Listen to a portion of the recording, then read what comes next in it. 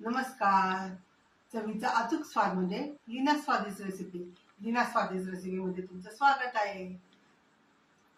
खूप कधीच आमच्याकडे पोळ्या उरत नाहीत. आज ना पोळ्या उरल्या आहेत 3. तर मला असं वाटते आज ना पोळ्यांची तुकडी करावी, म्हणजे फोडणीची पोळी करावी. काही जण तुकडी म्हणतात, फोडणीची पोळी म्हणतात, कोणी पोळीचा कुचकरा म्हणतं. असे पुष्कळ प्रत्येकाचे वेगवेगळी नावं आहेत त्या पदार्थाला, पण आम्ही त्याला तुकडी म्हणतो.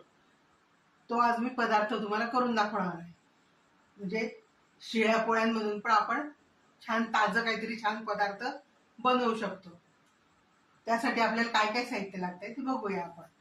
आता जिरं, मोहरी, हिंग, हळद, तिखट, मीठ, कांदा, कोथिंबीर, कढीपत्ता, लसूण, शेंगदाणे आणि ह्या उरलेल्या शिळ्या पोळ्या. आता आपण पहिल्यांदा ह्या पोळ्या आहेत ना, ह्या छान बारीक मोडून घेऊया, कुचकरून घेऊया. कुचकरून घ्यायचे म्हणजे काय, त्याचे जरा चांगले बारीकसर तुकडे करायचे, डायरेक्ट मिक्सरच्या भांड्यात टाकायचे, मिक्सर फिरवायचं, लगेच बारीक होऊन जातं छान. ते पण कष्ट घ्यायचे नाही आपण. आता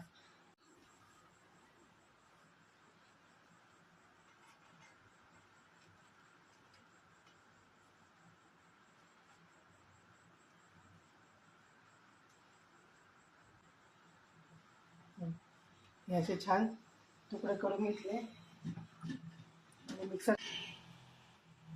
आता मिक्सरच्या भांड्यात टाकून फिरवून घ्यायचं.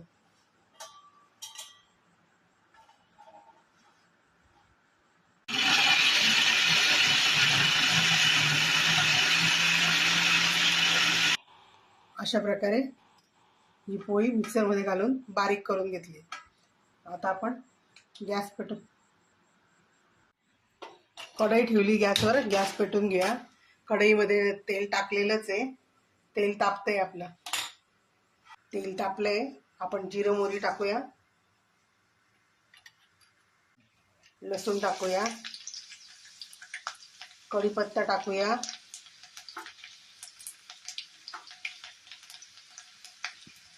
शेंगदाणे टाकूया,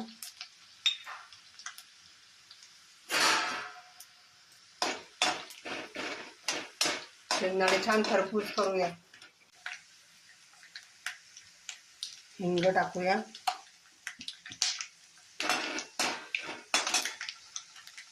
लसूण पण छान तांबूस झालंय, शेंगदाणे पण छान झालेत. कांदा टाकूया, थोडी फोडणीत कोथिंबीर टाकून घेऊ.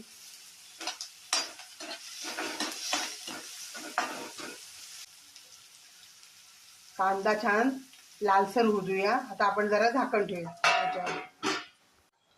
आता आपण झाकण उघडून बघूया. कांदे छान झाले. आता आपण त्याच्यात हळद टाकून घेऊया.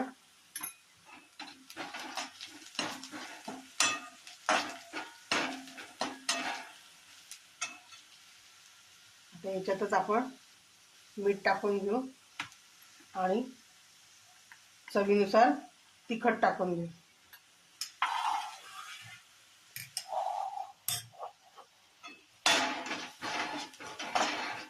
आणि आता याच्यात छान आपण हे केलेला हा कुचकरा टाकून घेऊ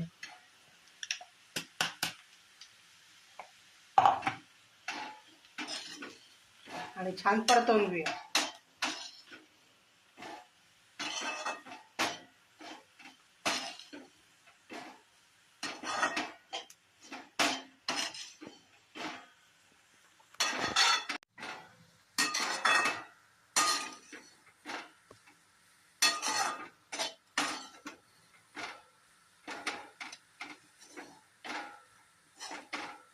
थोडी याच्यात साखरेची चव पण टाकतात. तुम्हाला जर साखरेची चव हवी असेल तर तुम्ही टाकू शकता.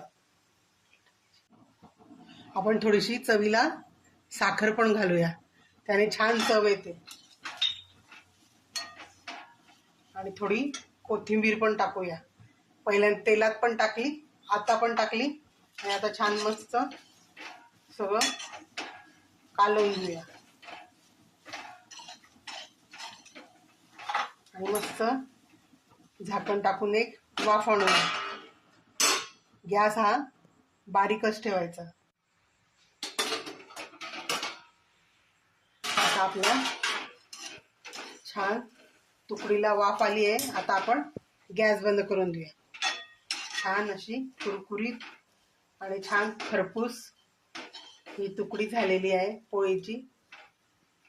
आता आपण खाण्यासाठी घेऊया. वरतून अजून थोडीशी कोथिंबीर पेरूया. अशा प्रकारे आपली शेळ्या पोळ्यांची फोडणीची पोळी किंवा तुकडी किंवा पोळीचा कुचकरा तयार झालेला आहे.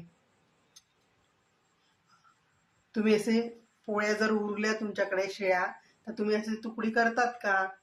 तुम्ही कशा पद्धतीने करतात हे मला कमेंटमध्ये सांगा. आणि ही तुकडी करताना अजून तुम्ही बटाटा टोमॅटो सुद्धा टाकू शकतात आपल्या आवडीनुसार. गाजराचा सीझन असेल तेव्हा गाजर सुद्धा टाकून छान असं भरपूर भाज्या घालून याला हेल्दी पण पदार्थ आपण बनवू शकतो. हा पौष्टिक अशा प्रकारे ही आपली तुकडी तयार आहे. चला तर खायला. माझी ही रेसिपी तुम्हाला आवडली का हे तुम्ही मला कमेंटमध्ये सांगा. आणि तुम्ही अशी शेळ्या पोळींची तुकडी करतात का हे पण मला सांगा. माझ्या चॅनलला लाईक करा, शेअर करा आणि सबस्क्राईब करा. आता आपण परत भेटू पुढच्या रेसिपीमध्ये. Bye bye.